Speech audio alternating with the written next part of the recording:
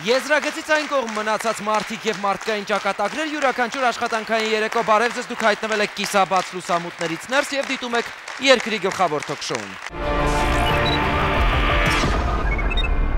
Կարինե Շախբատյանը 2 տարեկանից խուլհամր է։ Առողջական խնդիրներից ելնելով ծնողների, հատկապես մոր, Արեգնազի կողմից ամենից շատ սիրուն հենց նա էր արժանանում։ Արեգնազը չէր թողնում, որ Կարինեն խնդիրների պատճառով իրեն անտեսված զգար, և բոլոր կարևոր որոշումներն էլ դստեր փոխարեն հենց ինքն էր կայացնում։ Այսպես եղավ նաև ամուսնության հարցում։ Ապագա ամուսնուն Սևակ Ավագյանին ընտրեցին ամբողջ ընտանիքով։ Սակայն այս ամուսնությունն այդպես էլ չերջանկացրեց Կարինեին։ Ծնվեցին դուստրերը, բայց Կարինեին այդպես էլ չհաջողվեց վայելել մայրության բերկրանքը։ Նրան դա ուղղակի չթողեցին։ Իսկ ներկայումս Կարինեն զրկված է նույնիսկ երեխաներին տեսնելու հնարավորությունից։ Կարինեի պնդմամբ, թեև խոսելու հնարավորություն չունի, սակայն այս պայքարում բառերն ուղղակի ավելորդ են։ Դեպքի մանրամասները երկրի գլխավոր թոք-շոուի տաղավարում։ Մենավոր լռություն կիսաբաց լուսամուտներից ներս։ Եվ այսպես դիմավորում ենք մեր առաջին հերոսուին, այստեղ է Արեգնազ Մարգարյանը, գալիս է կիսաբաց լուսամուտներից ներս։ Բարի երեկո, համեցեք։ Բարի երեկո տիկին Արեգնազ, շնորհակալ եմ հրավերն ընդունելու համար։ Եվ այսպես ձեր ընտանիքում լույս աշխարհ է գալիս դուստրը։ Կնքում եք նրան Կարինե։ Ինչ առողջական խնդիրներ պատահեցին նրան կյանքում։ 40 օրականում Կարինեն հիվանդացավ թոկաբորբով։ Ընկավ հիվանդանոց։ Տեղից է թունավոր լուծ։ Եվ թենց շարունակվեց, մի 3 ամսում հիվանդանոցներից հետ բերեցինք տուն, այդքան այն չէր, նորմալ, նկատի ունեմ առողջությունը։ Դրանից հետո 75 թվին, 2 տարին լռացավ, հայտնաբերեցին իր մոտ լսողության կորուստ։ Բերեցի Երևան ստեղ, ինձ ասեցին, որ երեխին լսողությունը կորցրել է։ Բուժումներ նշանակեցին, ձեռքիս կար, այդ բուժումները արեցինք երկար ժամանակ և այդենց աշճանաբար երեխի առողջականը կարգավորվեց։ Բայց չսկսեց լսել Կարինեն։ Չսկսեց, բառեր կար, որ ասում էր, բառեր, անկապ։ Դուք Կարինեի ապագան կյանք պատկերացնելու շատ կոնկրետ տարբերակ ունեիք, ամուսին նույնիսկ, տղամարդ ընտրելու, հասկանում եք, որ նա էլ որոշակի առողջական խնդիրներ պիտի ունենա, բայց անպայման ուշադրություն էիք դարձնում, որ տղայի դեպքում դա իծնե չլինի։ Այո, դրա համար երկար փնտրտուքից հետո նոր ամուսնացրեցի Կարինեին։ Երկար փնտրեցիք, մինչև Կարինեն արդեն 31 տարեկան դարձավ։ Այո։ Եկան ուզելու Կարինեին Դարպաս գյուղից։ Այո։ Կեսրար եկավ։ Ինչպես պարոն Ռաֆիկը հայտնվեց ձեր տանը և ինչպես նրանք դարձան ձեր խնամիները։ Կարինեի մի չխոսացող մարդ, իրանց հարևանը, Կարինեի մասին ասել էր, որ կա մի համեստ աղջիկ, լավ աղջիկ, տեղը ցույց էր տվել։ Ռաֆիկն էլ եկավ մեր տուն, թե էս հարցով է մեկ է։ Ամուսինս սկզբում չհամաձայնվեց, որ գային տեսնելու։ Հետո խորացան խոսքերի մեջ։ Ասավ, կարելի է երկրորդ անգամ էլ գանք ձեր տուն, համաձայնվեց ամուսինս, տղայքերին Ռուսաստանից էր եկել, միասին եկան Կարինեին տենալու նորից։ Հետո Բայց Կարինեն հուշը համալիր էր, բոլոր բարեկամները գալիս էին հերթով տեսնելու։ Դե մեզ հարցնում էր թույլ կտակ։ Դուք է թույլ էիք տալիս։ Գալիս տեսնում գնում էի։ Չէ, գալիս տեսնում, ասում էին կուզենք մենք, կուզեմ որ Այսինքն բարեկամներից հերթով բոլոր գալիս էին իրենց ծիտիկները դնում էին, հա, մենք կուզենք, ես կուզեմ, սա էլ կուզի, նա էլ կուզի, մեկը կար որը դեմ էր։ Չէ, ամուսինս ասավ կարևոր չի, կարևորը եթե մենք խնամի դառնանք, կարևորը մենք ենք, մեր երեխաները։ Լավ, իսկ երեխաները, այդ ամուսնացողները ի վերջո տեսան իրար։ Տեսան։ Հա, փառք Աստծո, ինձ թվաց չեն էլ տեսան նույնիսկ։ Տեսան, խոսեցին, իրանք ասեցին, որ մեր տղան դպրոց չի գնացել, բայց Այս իրանց գյուղի դպրոցում 7-ամյա կրթություն է ստացել, իրանց ասելով։ Լավ, դուք տեղյակ եք այդ բնականին պայմաններից, այդ ընտանիքի կացության։ Չէ, տեղյակ չէին։ Բայց այդքան որ գալիս գնում էին, մի անգամ հարցնում էինք։ Ասում էին ոչինչ ընտանիք է։ Ամուսինս ասավ, արի միասին գնանք գյուղը։ Հետաքրքրվենք։ Ասեցի, որ գնաս գյուղը, ով քեզ ասի, լավը կասեն վատի մասին, ենթադրենք վատի մասին։ Վայ, մեր երկրում վատ ասողն այնքան շատ է, ինչի մասն է խոսքը։ Լավ, ամուսնացան 2005 թվականին ծնվեց առաջնեկը, Աննան, լույս աշխարհ եկավ։ Այո, Աննան լույս աշխարհ եկավ։ Աննայի լույս աշխարհի գալուց հետո 40 օր չանցած ամուսինս մահացավ։ Տեսավ Աննային։ Մահացավ արդեն Կարինեի ծանրություն ընտանիքի, արդեն ոնց որ իմ ուսերին ընկներ։ Իրականում ինչ դժվարություններ ընկան այդ ուսերին եւ Կարինեն ինչու է ռազմաճակատ գնալով մի ամբողջ վաշտի հետ ապրում նույն բնակարանում։ Փոքրիկ դադարից հետո այս պատմության բոլոր մանրամասներն են եւ պատմության բոլոր կողմերը։ Կիսաբաց լուսամուտների եթերում։ Հեռու չգնաք։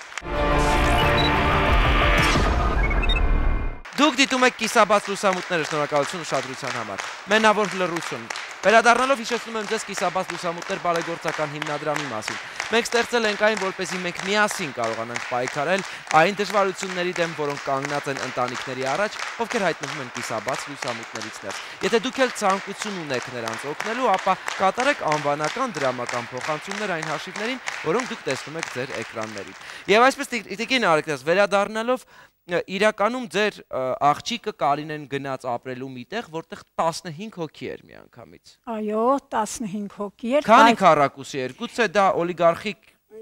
կալվածքների, քառակուսիների մասն է խոսքը։ Ընդամենը տնակ էր։ Ռաֆիկը մեզ ասավ սկզբից, որ մենք երկրաշարժ մեր տունը քանդվել է։ Մենք ապրում ենք տնակում, հարս ու տղես գյուղի առանցին ծուխեն, ապրում են գյուղի ծայրամասում, աղջիկս Վրաստանում իր ընտանիքով, եկել է, որ Սևակին ամուսնացնենք,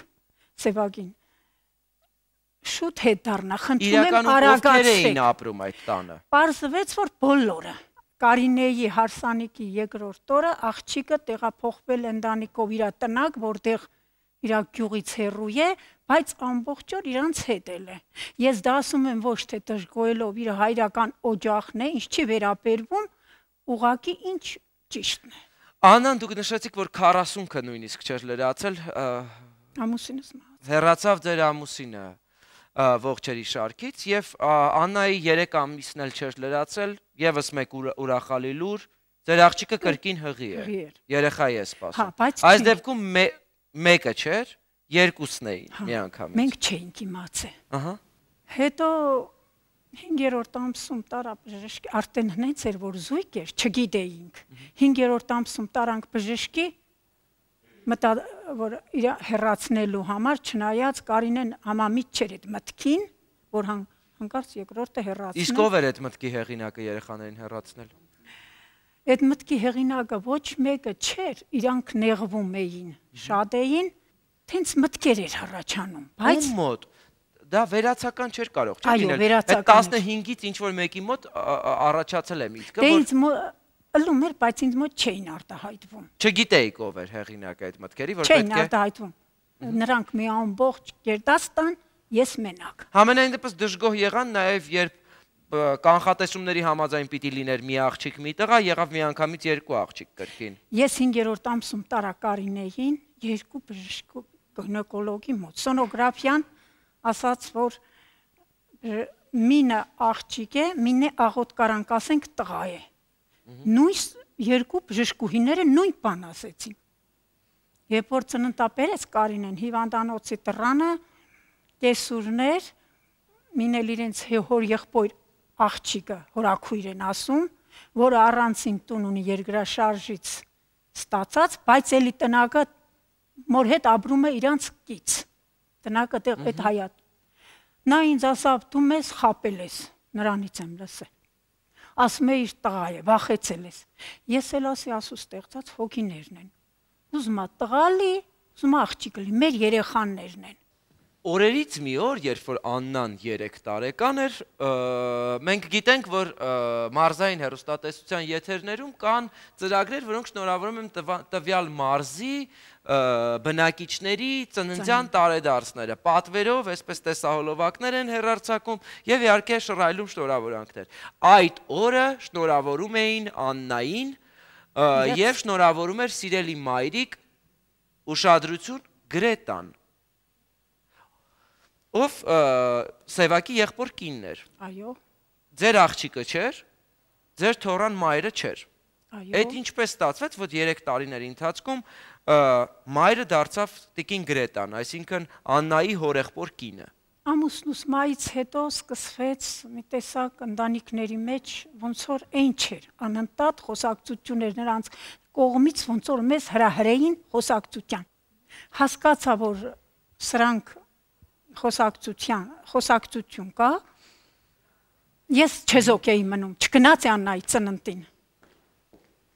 Ինչի՞։ Ուղղակի անընդհատ վեճեր էր ելում։ Վեճեր էր ելում, ինձ կեսուրը զանգել էր, ասել, որ Աննայի ծնունդն է, իրան շնորհավորում ենք։ Այդ օրը կեսուրը տեկրագինը միննել հորեղբոր աղջիկը, վերցնում են, Կարինեի պատմելով եմ ասում, ես ոչ մի բանի ականատես չեմ եղել, վերցնում են Աննայի շորերը, տնում են պաուսյակ առանց հագցնելու, Աննային սովորական շորերով տանում են լորի, հեռուստաընկերություն, ընդեղ ծնունդը շնորհավորում են, ես մեր տանը միացնում եմ հեռուստացույցը, լսում եմ, որ շնորհավորում են ժամը 7-ին ցույց են տալիս, որ Աննային շնորհավորում են հորաքույրերը, մորաքույրերը, տատիկները, պապիկները, վերջում հորեղբայրը եւ հորեղբոր կին սիրելի մայրիկ Գրետան։ Այդ Դուք բացատրություն պահանջեցիք դրանից հետո, թե ինչպես դարձավ։ Ոչ։ Տիկին Գրետայի հետ մենք ունեցանք հեռախոսազրույց, իդեպ նրանք բոլորը, այդ թվում նաև 2 Գրետաները, այսինքն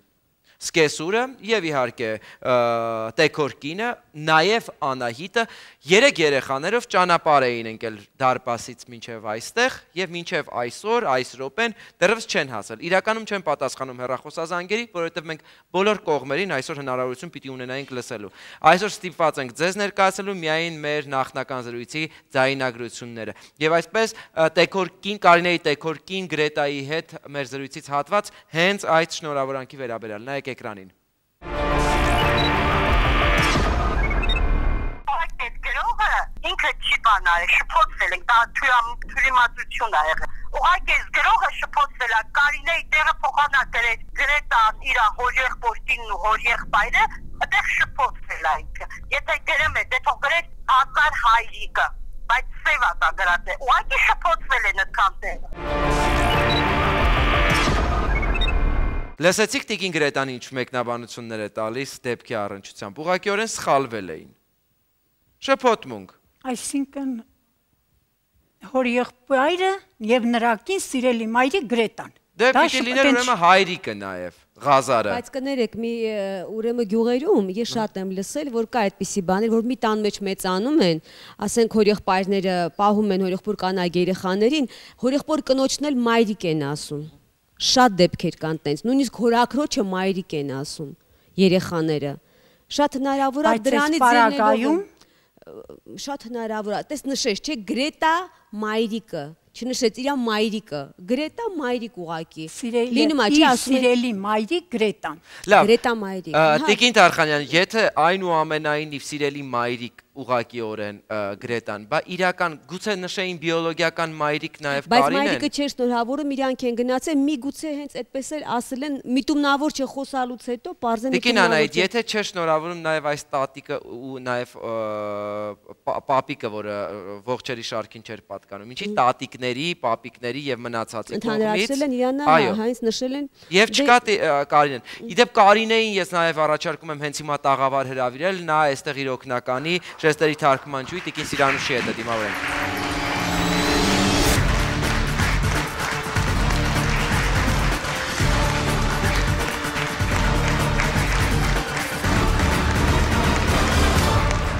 Բարի երեկո, շնորհակալ եմ հրավերն ընդունելու համար, Կարինե։ Իրականում դա ձեր վրա մեծ ազդեցություն է թողել, այն որ դուք ձեր դստերը շնորհավորել եք ոչ թե դուք որպես մայրիկ, այլ շնորհավորել է ձեր տեքոր կինը, Տիկին Գրետան որպես մայրիկ։ Ասում իրականում այդպես էր, ես մի փոքր հուզվել եմ այդ պատճառով, որ իմ տեքոր կինն է շնորհավորել իմ երեխային, ոչ թե ես։ Իսկ դրա մասին բարձրաձայնեցիք։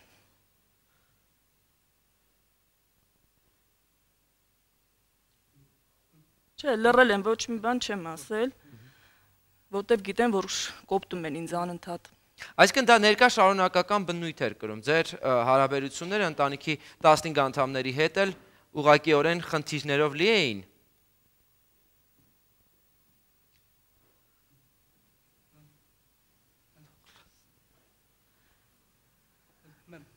Միշտ զրկել են ինձ երեխաներից, չեն թողել, որ շփվեմ ես երեխաներից հետ։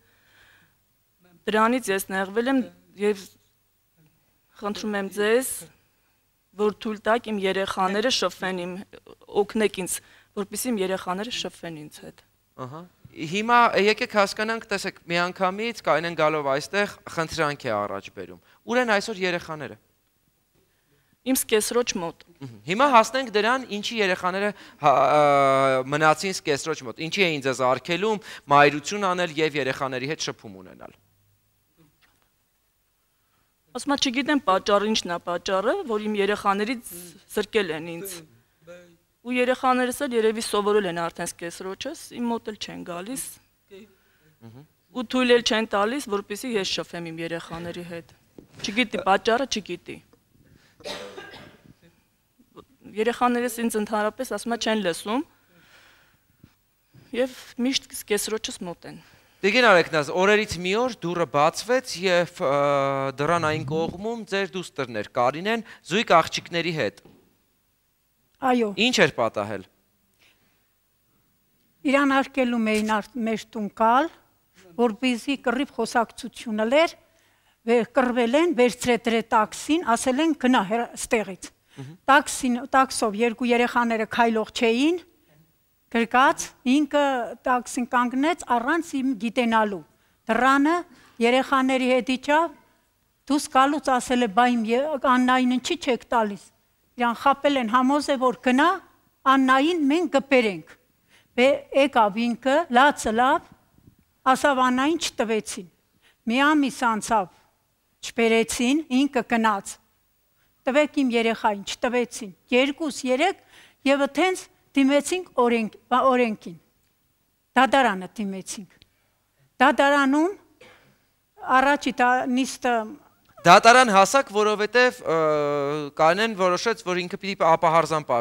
պահանջի, բաժանվի ամուսնուց եւ ընդհանրապես կապ չունենա այս ընտանիքի հետ։ Հա, երեխային չէին տալիս։ Լավ, ինչի որոշեց, որ պիտի բաժանվի Կարինեն։ Երեխային չեն տալիս, հետո ընտանիքում վեճ, անընդհատ խոսակցություն, ինչ որ մի բան էին անընդհատ հրահրում, որ Կարինեին տանից անեին, երևի որ երկուսը մնա ինձ մոտ, ես պահեմ մինել անանել տեկոր կնոջնելի, անընդհատ կապնվի նրա հետ։ Տեկոր կինը չուներ երեխաներ։ Չուներ, 10 տարի է չունի երեխաներ։ Սկզբից դա պետք է ասեիք։ Դատարանը ժամանակ տվեց, որպեսզի հաշտության եզրեր գտնեն ամուսինները։ Ու որքան էլ որ տարօրինակ է գտան ամուսինները եզրեր հաշտության։ Ու բաժանվեցին այդ 15 հոգանոց ընտանիքից, սկսեցին հարևանությամբ առանձին դասավորել իրենց կյանքը։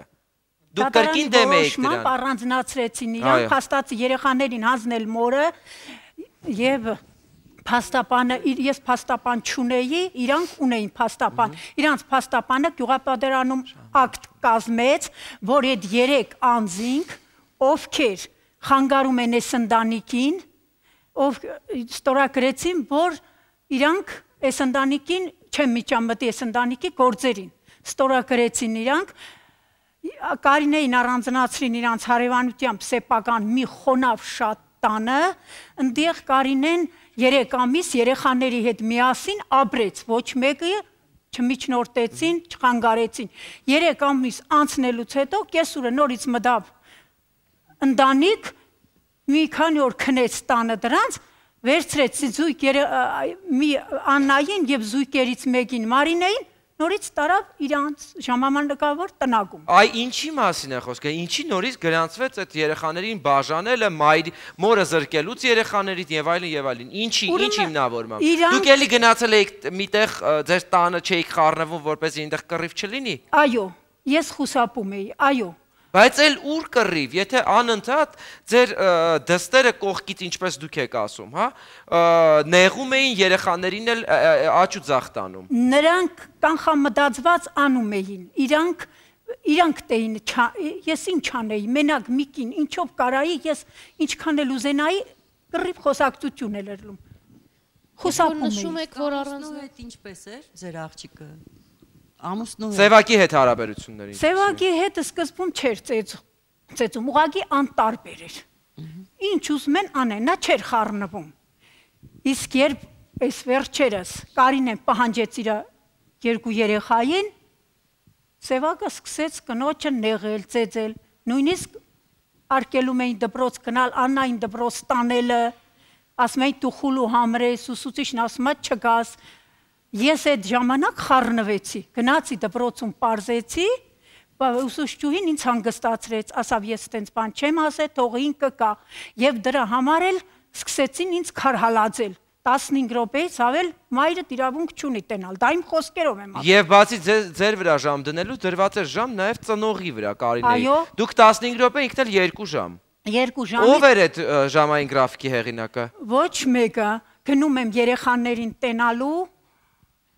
հենց հասնում եմ, ասում եմ կանչեք, իրանց մոտն է, եկել եմ տենամ 3-ին, կանչում են, զրուցում եմ, գալիս են ասում, հորաքույրը կանչում է քեզ, գնումների է տանում, հարսիկը ձեզ կանչում է, գնումների է տանում, ես չէի կարա դեղ կռիվ, խոսակցություն, այդքան ուժ չունեի, որ ես երեխաներին կարենայի պահեի մոր մոտ և ինձ հետ կապնեի, ստիպված հանձնվում էի։ Տիկին Կարինե, ձեզ Աննան ինչպես էր դիմում։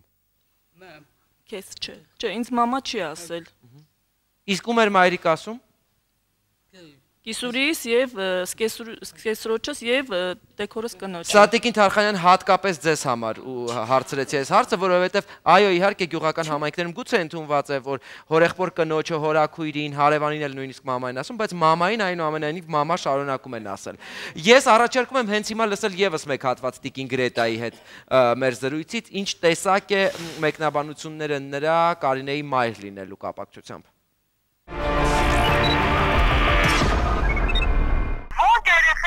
Առնումա, ոնց յուտացնումա, ոնց հապցնումա, դասի են գնում, դպրոց են գնում, բոլորը մենք ենք անում, ես կեսուրս մեկ էլ իրան թրողբոր աղջիկը, ինքն առնեմ, մաքուրա, ակուրատնյա, մազը կապած, շորը ակուրատնի հակած, ճամփոյ գնում ես ու տատը, ինքը բացատակի վիճակի չի, երեխեքի մազը է դաժե չեր կարում ստանդրիկ, իր ամուսնու շորերը չի լվանում, դաշ չի եփեմ, շորերը բերում էր պարոստակով շպրտում, կես օր առաջ ասում էր անքուտող ու շորերը լվա, ես չտեմ լվանալ, ոչ մի բան ինքը բացարձակ չէր անում։ Սա էլ Տիկին Գրետայի մեկնաբանությունն է։ Իրեք շատ հետաքրքիր է, որ հենց հիմա նայում եմ Կարինեի դեմքին ու պատկերացնում եմ, թե այդ ինչի ազդեցության տակ պիտի լինի, որ այդքան կամային ուժ դրսևորի ու գոնե դրա 10%-ը կարողանա արտահայտել ու այդքան ագրեսիա այս մարդու մեջ ընդհանրապես ագրեսիա չկա։ Ես տեսնում եմ մարդը ծնվել է զոհի կարգավիճակով ու շարունակում է այդպես ապրել։ Այսինքն այս ամեն ինչը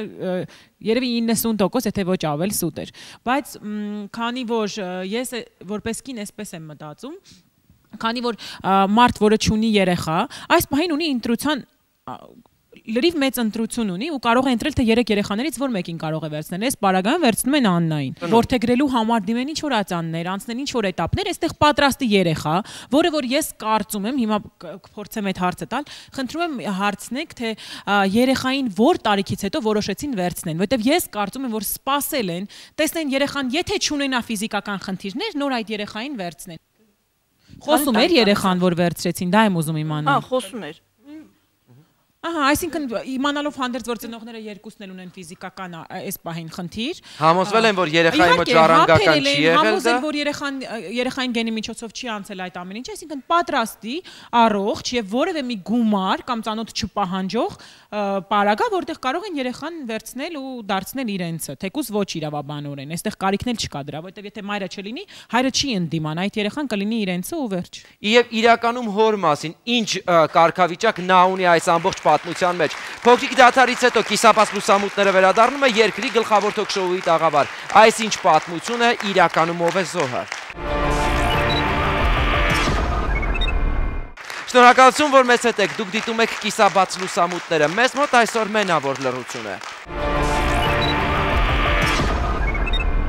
Կարինե Շախբատյանը 2 տարեկանից խուլհամր է։ Առողջական խնդիրներից ելնելով ծնողների, հատկապես մոր, Արեգնազի կողմից ամենից շատ սիրուն հենց նա էր արժանանում։ Արեգնազը չէր թողնում, որ Կարինեն խնդիրների պատճառով իրեն անտեսված զգար, եւ բոլոր կարևոր որոշումներն էլ դստեր փոխարեն հենց ինքն էր կայացնում։ Այսպես եղավ նաեւ ամուսնության հարցում։ Ապագա ամուսնուն Սևակ Ավագյանին ընտրեցին ամբողջ ընտանիքով։ Սակայն այս ամուսնությունն այդպես էլ չերջանկացրեց Կարինեին։ Ծնվեցին դուստրերը, բայց Կարինեին այդպես էլ չհաջողվեց վայելել մայրության բերկրանքը։ Նրան դա ուղղակի չթողեցին։ Իսկ ներկայումս Կարինեն զրկված է նույնիսկ երեխաներին տեսնելու հնարավորությունից։ Կարինեի պնդմամբ, թեև խոսելու հնարավորություն չունի, սակայն այս պայքարում բառերն ուղղակի ավելորդ են։ Դեպքի մանրամասները երկրի գլխավոր թոք-շոուի տաղավարում։ Մենավոր լռություն կիսաբաց լուսամուտներից ներս։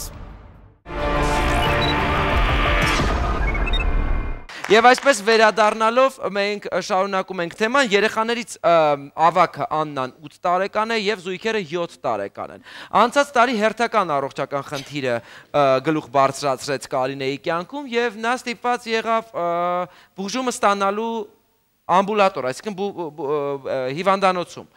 Դրանից հետո վերադառնալով ուր էր երեխան, երրորդը, զույգերից մեկը Նարինեն։ Զույգերից մեկը մնում էր Կարինեի մոտ։ Երբ որ Կարինեն հիվանդանոցում էր, ուր էր երեխան։ Երեխան կեսուրի մոտն էր, իրանց տնագում էր մյուս քույրերի հետ։ Նախքան տունը տանելը Կարինեն հիվանդանոցում լացլավ, ասավ իմ երեխաներին եմ ուզում տեսնել, քանի որ չներկայացան, բժիշկը զանգեց իրանց տուն, կեսուրին ասավ բերեք երեխաները, մայրը տենա։ Երեխաները եկան հիվանդանոցի դռանը, միասին ոտքերը խփում էին գետին, լացլելով մեր մայրիկին ենք ուզում։ Գիտեք հարցը որն է, ես այստեղ շատ զարմացած եմ ու չեմ կարող այդ հոգեբանությունը միգուցե դա հայկական մտածելակերպ է, ով է ասել, որ աղջկա մայրը իրավունք չունի որևէ մի ձև աղջկա ընտանիքում որևէ հարց լուծի, այստեղ հարց լուծելու խնդիր էլ չկա, ընդհանրապես աղջկան գեղեցկումներից փրկի։ Այստեղ դուք էլ ունեք ինչ որ ձեր մեղքի բաժինը, որ այսքան տարին կռիվ չլինի, այդող մի անգամ էլ կռիվ լինի, որպեսզի ձեր աղջիկը գոնե այդքան տանջված կյանքով չապրի տարիներ շարունակ։ Գանե խնդիրն այն է, որ կռիվների շարքը անվերջանալի է։ Վերջին ձեր հեռանալու պատճառն ինչ է եղել, Կարինե։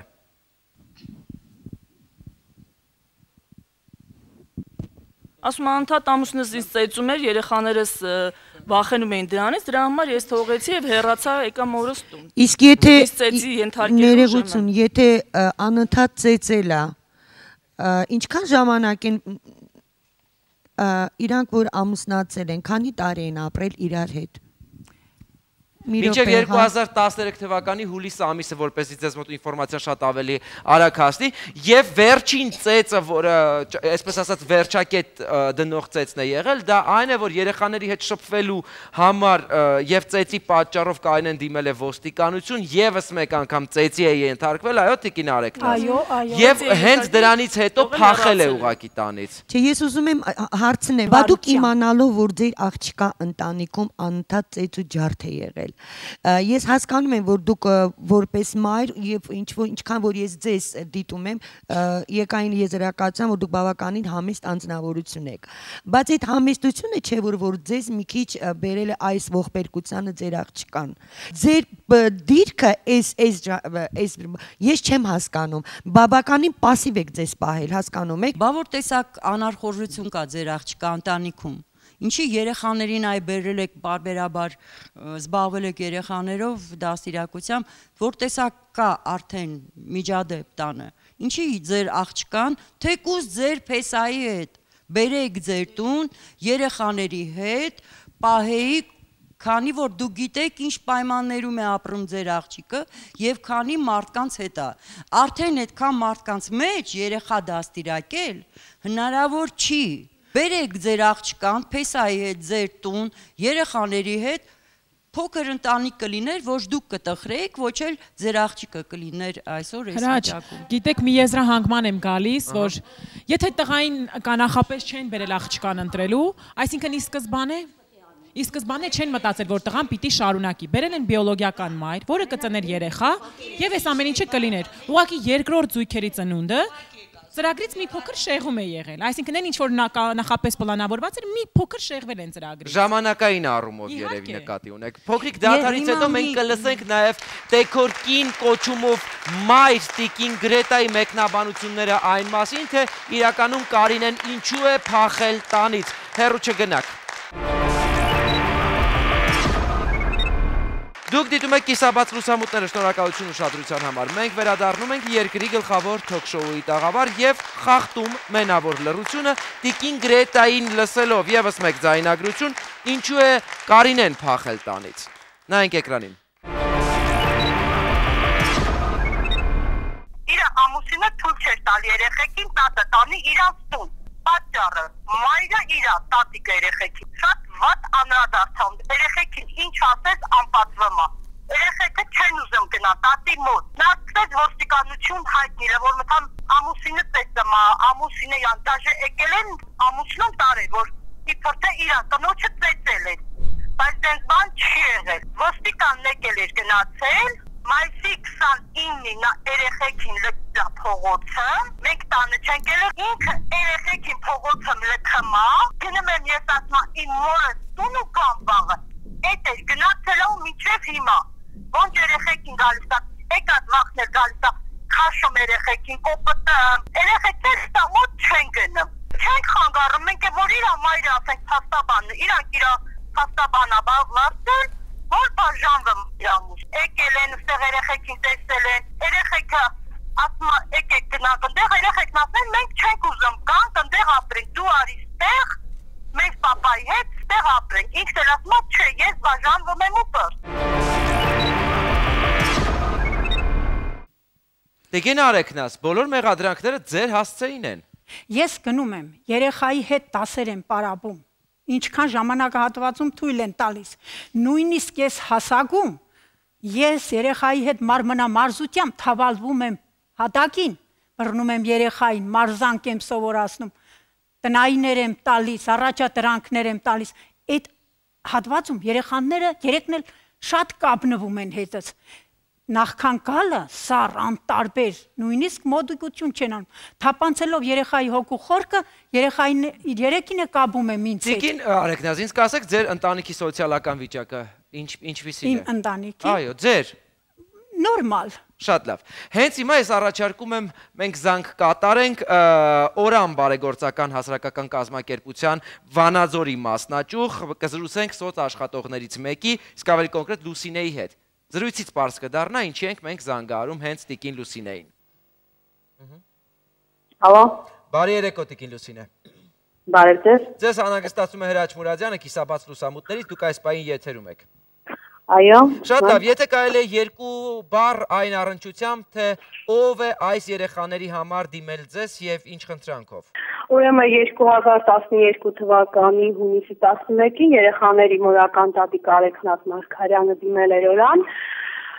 որպեսզի իրադարձեր Կարինեի երեխաներին ավելի ճիշտ Աննային վերցնենք սպասարկման։ Մենք այցելեցինք Դարպաս գյուղ, երկու տնակ են այցելել, առաջինը դա երեխաների տնակն էր, որտեղ մարդ չկար, եւ որից հետո մենք այցելեցինք երեխաների տատիկի տուն, Տիկին Գրետանց տուն, որտեղ ուրեմն մենք հանդիպեցինք Աննային, մեծ աղջկան, տատիկին, հորաքրոջը եւ երեխայի հորեղբոր կնոջը։ Ես մենք մեքենայից իջանք, Աննան անմիջապես կպավ հորքուրից եւ սկսեց լացել։ Հետաքրքիր պարզեցին, որ երեխաների տատիկ Արեգնազը այնքան կազմակերպությունների ա դիմել եւ այնքան են այցելել այդ բնակարան, որ երեխային ամեն անգամ այցելելու ժամանակ իրան թվում ա, որ իրան պետք է հիմա խլեն տանեն։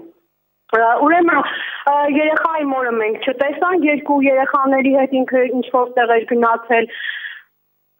Մենք մտանք տուն, որտեղ պարզեցինք, որ երեխաների խնամքը իրականացում է այդ տանը եւ շատ պատշաճ ձևով այստեղ հարցը նրանումն է, որ Տիկին Արեգնազը իր աղջկան ներգրավելով սեկտայի մեջ, կամ ասեն, որ երեխաները վախում են այդ տատիկից, ես Աննայի հետ եմ խոսացել, եղել է ժամանակ, երբ որ աղջիկն ու մայրը փակվել են տնակում եւ աղմուկ աղաղակներ են արել, ինչ որ քարոզել են, աղոթել են, չգիտեմ ինչեր են արել, եւ երեխան այստեղ այդ ընտանիքում պատշաճ կնամք է իրականացվում, թե տատիկի, թե հորաքրոջ, թե հորեղբոր կնոջ եւ տատիկի ես ցիտում եմ տատիկի խոսքերը Գրետայի, ինչի իմ գլուխը մեռած է, որ երեխաները գան օրան, մենք պատշաճ կնամք ենք անում ու իրականում դա հենց այդպես է։ Տիկին Լուսինե, ձեզ հարցում ներողություն Տիկին Արեգնազի մի հատ խնդիր այստեղ երեխաներին, նա ճիշտ ասած մի տարի ա մենք այդ ընտանիքի մասին լուր չենք ունեցել, բայց հետո Տիկին Գրետան եկավ եւ ասեց, որ գրություն բերեց դատապաշտպանից եւ պատմեց, որ ինչ որ դատական process է ընթացել եւ որ աղջիկը հիմա գնացել է իր տուն երկու ամիս երեխաներին թողելով նա ասեն, որ մայրը իր երեխաներին երկու ամիս կթողնի ու կգնա եւ երկրորդը այն, որ Տիկին Արեգնազը այսօր հատել է նրան, որ ինքը բաժանել է իր աղջկան եւ իր մյուս խնդիրը այն է, որ երեխաներին խլի տանի եւ թողնի ՀԿ-ների վրա։ Շնորհակալություն Տիկին Լուսինե, ձեզ հարցեր ունեն մեր այստեղ հրավիրված մասնագետներ, սկսենք իրավաբան Մանե Եղիազարյանից։ Շնորհակալ եմ տեղեկատվության համար, բայց հետեւյալ հարցը խնդրում եմ, որպես սոցաշխատող, ձեզ չմտահոգեց արդյոք երեխաների խնամքով զբաղվում են արդյոք այդ իրավունքը ունեցող մարդիկ։ Դուք հիմա նկարագրում եք, որ լավ էր, բայց ով էր զբաղվում դրանով։ Դա ծնող էր, ոչ, դա խնամակալ էր, ոչ։ Դա ձեզ չի մտահոգում արդյոք։ Ես Աննայի հետ եմ խոսել, տատիկը ասում էր, որ Արեգնազը ասում էր, որ երեխաներին տրամադրում են մոր դեմ։ Դե գիտեք, դա չէ, ուղղակի այստեղ ի սկզբանե իրենք ապօրինի են խնամքը անում եւ ապօրինի դաստիարակություն է այստեղ։ Բայց ինչի պիտի ապօրինի անեն, որովհետեւ չունեն դրա իրավունքը։ Երեխաներն են մայր-հայր։ Իսկ ով է այդ իրավունքը որոշում, եթե մայրը այսօր չի խնամում, այդ երեխաներին թողնեն բացի թողի վիճակի։ Երկրի օրենքն է որոշում։ Դուք հիմա ասում եք տրամադրում են եւ այլն, բայց այդտեղ կա ընտանիք հասկացություն, կան երեխաներ, կան պատշաճ անձինք, ովքեր իրավասու են դաստիարակություն իրականացնել եւ դրանք առաջին հերթին հայրը մայրն են։ Դուք գտնում եք, որ երեխային կտրեն ընտանիքից եւ տան ինչ որ Չէ, դուք հիմա ասում եք, որ ամեն ինչ նորմալ է, եկեք հասկանանք, Լուսինեն այնուամենայնիվ ասում է, որ մի կողմ է, այսինքն Տիկին Արեգնազը, որ պահանջում է այսօր երեխային, պահանջում է երեխային եւ շրջում այդ նույն երեխաների հետ տարբեր հասարակական կազմակերպություններով։ Այնպես որ ամեն ինչ շատ լավ է, երեխաների դաստիարակում, բայց այդ մարդիկ իրավունք չունեն դաստիարակելու։ Դա է իմ ասածը։ Շատ լավ, Լուսինե, մենք էլ դա էլ փորձում ենք բարձել, ներողություն մնացեք կապի մեջ, ինչ որ կենոնական կազմակերպության մեջ ներգրաված եք։ Բացարձակապես ներգրաված չեմ։ Իրանք կազմակերպում են, գնում են աղանդավոր երկու կնոջ, սովորացնում են, թե դեղ տուն կա։ Թեկուզ Կարին են թող պատմի, լավ գիտի։ Գալիս են այդ կնանիկ, մտնում են կեսուրի տուն, ես կասկածում եմ հորեղբոր աղջկա նա է ուղարկե։ Մտնում են Կարինեի պատմելով եմ ասում, ես չեմ խառնվել բացարձակապես։ Մտնում են կեսուրի տունը, կեսուրյանց տանից ցույց են տալիս Կարինեյանց տունը։ Գալիս են այդտեղ, ինչ որ մի կին գյուղապետարանի աշխատողը, գալիս է իբր դրանց հանդիպելու, գնում է գյուղապետարան, գյուղապետին տեղյակ է պահում, որ աղանդավորներ կան, աղանդավորներ են եկել այստեղ, գնում է հորաքույրը, կանչում են սոցիալականին, սոցիալականի աշխատողին, ուսուցիչ է աշխատում, հավաքվում են, կանչում են Կարինեին, նիստ են անում, իբր Կարինեն աղանդավոր է, եւ Կարինեի աղանդավորությունը այդքան չի շեշտվում, ինչքան ձեր աղանդավոր լինելը, այո։ Եվ բացարձակապես ոչ մի կրոնական, ոչ մի բանի չեն մասնակցում։ Երբևէ եղել եք նման հավաքի։ Բացարձակապես այնքան գործունյա գովաշ չի։ Ընդամենը իսկ ճշմարտություն է։ Գործունյա աշխատող կինեմը է հատուկ ժեստերի լեզվին, որ կարողանա քարոզանի Կարինեին գրավի։ Ես ոչ մի կրոնական կազմակերպության չեմ մասնակցել։ Լավ, պարզ է։ Տիկին Լուսինե։ Այո։ Դուք դեռ մեզ հետ եք։ Այնուամենայնիվ կրոնական հարցերը մի կողմ դնելով, դուք երկու ընտանիքների իրավիճակն էլ ուսումնասիրել եք, ճիշտ է։ Այո։ Երեխաները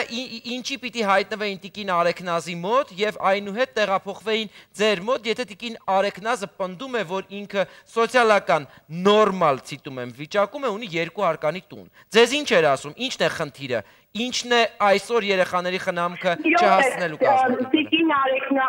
Տիկին Արեքնազը կարող է իրականացնել երեխաների խնամքը։ Այո։ Այո։ Երեխաների խնամքը ոչ դուք ոչ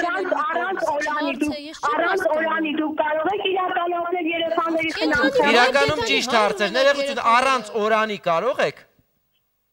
Կարող եմ։ Իսկ ինչի էիք դիմել այդ դեպքում Օրանին դիմել էի, որպեսզի տեկոր կնոջ կողքից չեն հեռացնում այդ երեխաները, դատապարտված են։ Չէ, ներողություն, եկեք հասկանանք կազմակերպությունների դերն ու նշանակությունը։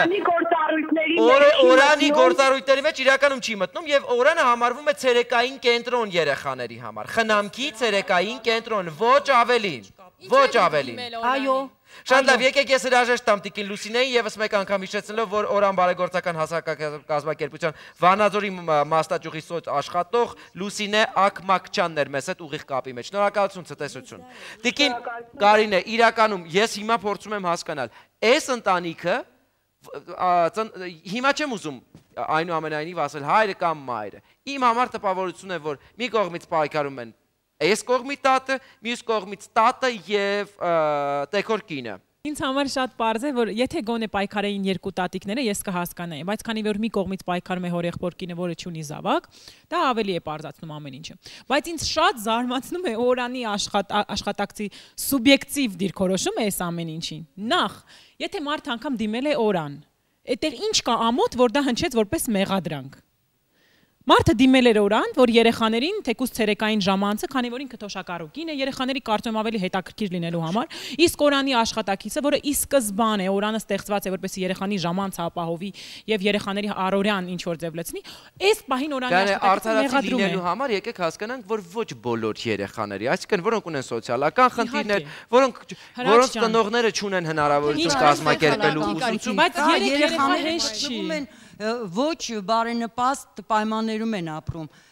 Տանը կա վեճ, կա ծեծ, կա ջարդ եւ ես հասկանում եմ ինչի համար տիկինը դիմել Օրան։ Ես չեմ հավատում, որ այս մարդիկ Եհովայի ինչ որ վկային կամ ինչ որ այդ սեկտայի հետ կապ ունեն։ Ես ուղղակի մտածում եմ կինը չիմանալով ոնց այդ երեխաներին օգնի, ունենալով հաշվանդամ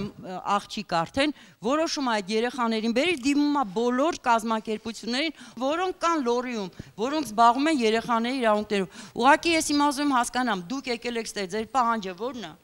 Մեր պահանջը որ դա Եվ վերջում բոլորիդ եզրահանգման գալու համար ես առաջարկում եմ լսել մեր վերջին ձայնագրություն Տիկը Գրետայի հետ, ինչ է նա ասում այն ամենի մասին, ինչ կատարվում է եւ ինչ վիճակ որ ստեղծվել է այս ընտանիքում։ Նայեք էկրանին։ Նախ մենք երեխեքին չենք արգելը, որ իր մայրիկի հետ շփվի։ Երեխեքը միշտ գնացել են իրանց մոր մոտ, տեղ իրանք մեզանից հեռու են հեռու մոտիկ են ապրել։ Երեխեքը մեկը իր մոտակցնել, երկուսը մեր մոտ։ Երեխեքը այն դեպքում են մեր մոտ մնացել, որ մոր չեն։ Մենք էփել ենք, մենք ուտացել ենք, հագուստը մենք ենք առնում։ Իր մայրը որպես մայր երեխեքին ոչ մի ջերմություն չի տալի։ Դաժե մազերն էլ չի կապել։ Դրա համար երեխեքը մեր հետ են կապված, բայց որպես իրան մայր, իրան միշտ էլ ընդունել են, սիրել են, միշտ էլ հարգում են իրանց մորը։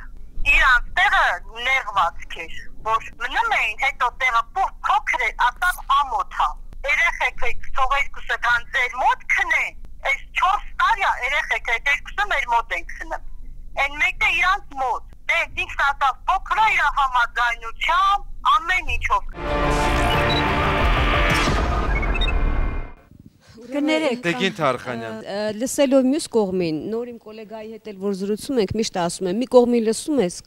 կարծիքդ ուրիշ է, երկրորդին լսում ես, լրիվ ուրիշ է։ Դա փաստաթղթերից ծանոթանում ես միայն ուրախ կլինեի, եթե երկրորդ կողմը պարտաճանաչ եւ խոսքի տերը լիներ, ու ոգևորված ներկա լիներ նաեւ այստեղ, ինչի ցանկություն որ նրանք հայտնել են։ Հիմա այսպեսի մի հարց եմ ուզում տալ, եղել է երբևէ որևէ փաստաթղթի տակ դուք ստորագրել եք։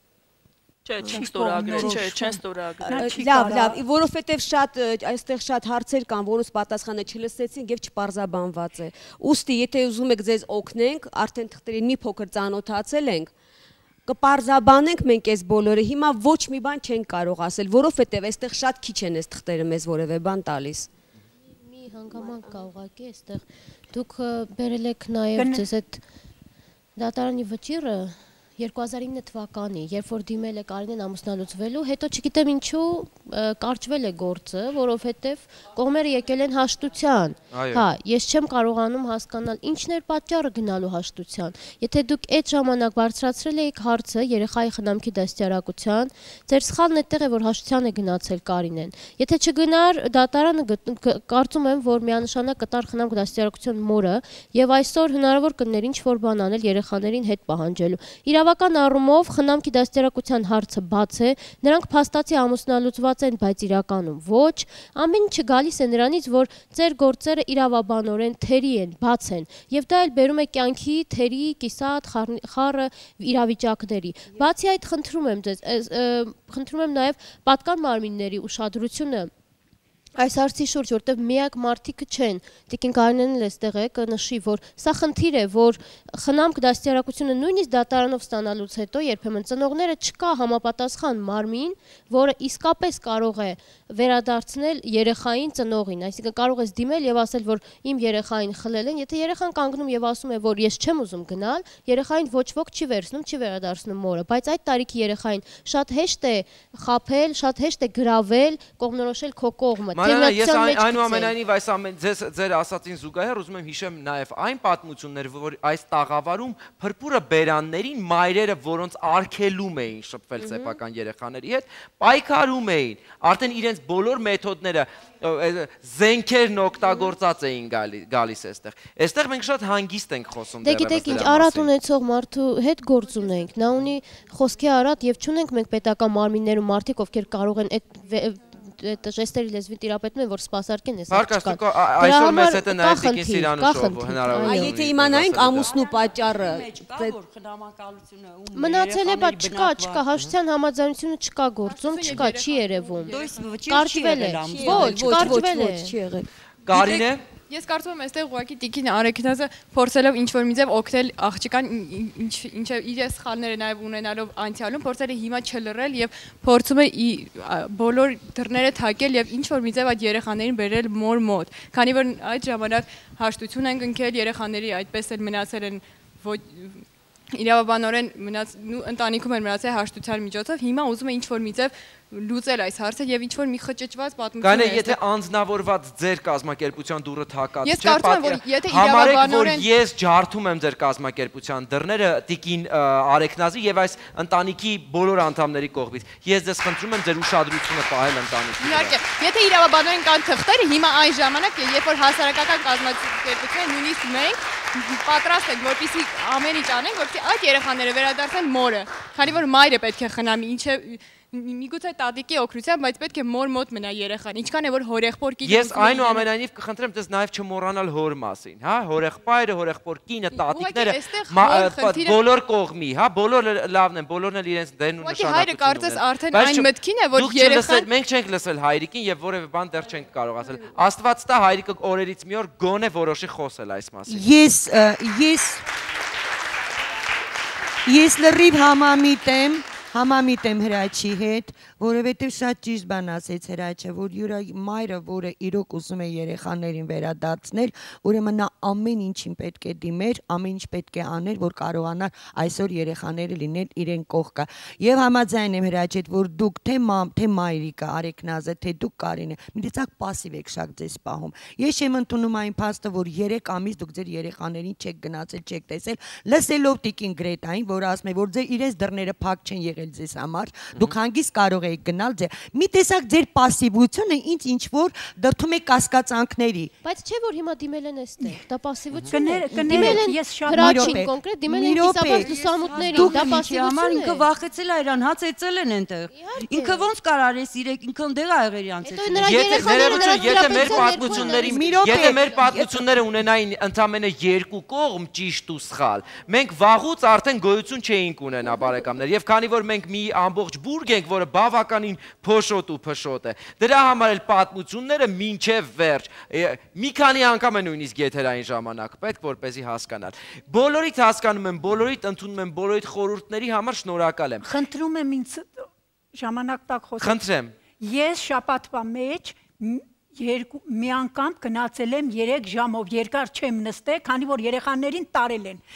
Որ դիմեցի գյուղապետարանը, որ 15 րոպեից ավել թույլ չտվեցին, գյուղապետի աշխատողն ասա, որ շուտ գայր ավելի լավ։ Հիմի ամբողջ գյուղը գիտի։ Մի շաբաթվա մեջ 2 անգամ, 3 օր մի հետ, արդեն երկար ժամանակով, եթե թույլ էին տալիս, երեխաների հետ զբաղվել եմ, ամեն ինչ արել եմ, վերջում որ դուս եմ եկել, երեխաները հետևիցս դուս են եկել։